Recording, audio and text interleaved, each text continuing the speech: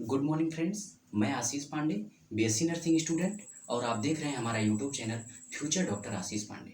Friends, जैसा कि आप सभी लोग जानते हैं, फार्माकोलॉजी सीरीज में पिछली वीडियो में हमने H2 ब्लॉकर के बारे में डिस्कस किया था। इस वीडियो में हम डिस्कस करने वाले हैं प्रोटॉन पंप इनहिबिटर के बारे में।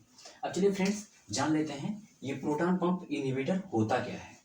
These are the drugs which completely stop to the gastric acid secretion from the parietal cell। ऐसी ड्रग जो कंप्लीटली स्टॉप कर देती हैं गैस्ट्रिक एसिड सिक्रीशन को, पैराइटल सेल से जो कंप्लीटली स्टॉप कर देती हैं गैस्ट्रिक एसिड सिक्रीशन को, उन्हें हम प्रोटॉन पंप इनहिबिटर कहते हैं। अब चलिए सबसे पहले जान लेते हैं कि ये प्रोटॉन पंप होता क्या है। प्रोटॉन पंप के बारे में डिस्कस कर लेते हैं। प्रोटॉन पंप क्या होता है? The parietal cell release the positive hydrogen ion यानी कि protons during HCl production. This process is called proton pump. जो पैराइटल सेल हमारा होता है, पैराइटल सेल से जो HCl का सिक्रीशन होता है वही होता है हमारा प्रोटॉन पंप, उसी को बोलते हैं। अब चलिए फ्रेंड्स, बात करते हैं क्लासिफिकेशन के बारे में। इसके क्लासिफिकेशन में आता है रेवेप्राजोल, ओमेप्राजोल, पेंटाप्राजोल और लैंसोप्राजोल। फ्रेंड, इसके 4 क्लासिफिकेशन होते हैं जिसको आपने देख लिया इसमें। अब चलिए डिस्कस करते हैं इसके मैकेनिज्म ऑफ एक्शन के बारे में। ये वर्क कैसे करता है। जो प्रोटॉन पंप इनहिबिटर होता है, PPI given orally and IV, इसको ओरली या IV दिया जाता है। Absorb into the blood stream, ये हमारे ब्लड स्ट्रीम में एब्जॉर्ब हो जाते हैं।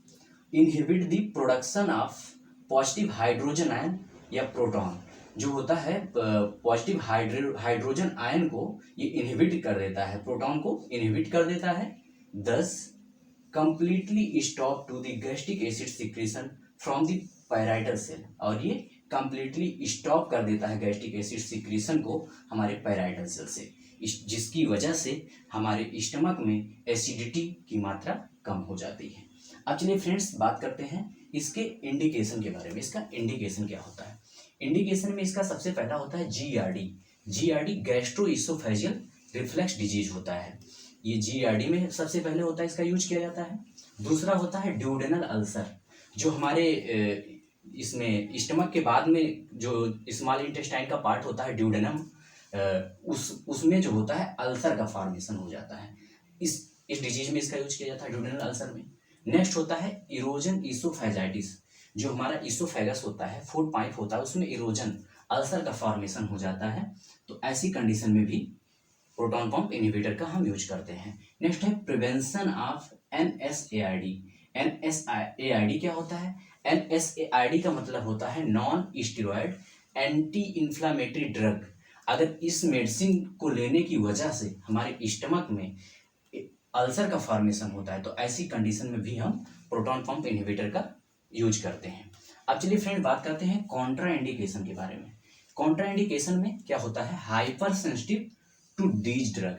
ऐसे पेशेंट जो इस ड्रग से हाइपर सेंसिटिव होते हैं, उन पेशेंट में इस मेडिसिन का यूज नहीं किया जाता है।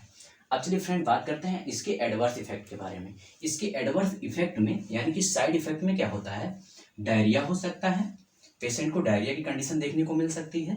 सब पेशेंट में नहीं होता है, लेकिन रेयर केस में कुछ लोगों में देखने को मिलता है। और नेक्स्ट होता है नोजिया एंड वोमिटिंग, जी मचलाना या पल्टी होना भी हो सकता है। और उसके बाद में नेक्स्ट है mall absorption of vitamin B12। Long time तक अगर इसका यूज आप कर रहे हैं तो आपके स्टमक में जो है विटामिन B12 का एब्जॉर्प्शन नहीं होता है। अगर विटामिन B12 का एब्जॉर्प्शन नहीं होगा, जिसकी वजह से हमारी बॉडी में विटामिन B12 की डिफिशियंसी देखने को मिलती है। नेक्स्ट है हेडेक हो सकता है। एंड लास्ट है चेस्ट पेन। अब चलिए फ्रेंड, डिस्कस कर लेते हैं लास्ट टॉपिक के बारे में, ड्रग डोज चार्ट के बारे में। फ्रेंड, ड्रग डोज चार्ट में सबसे पहला होता है ड्रग नेम देखते हैं, then dose, route and frequency.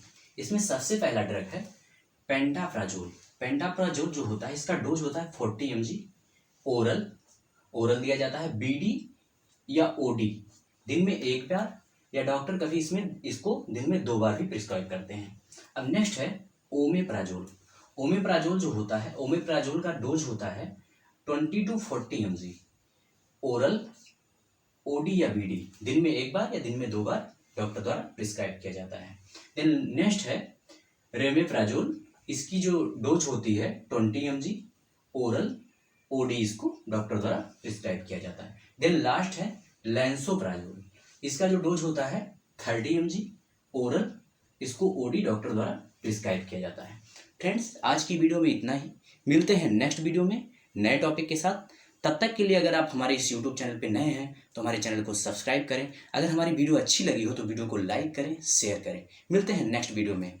Best of luck friends.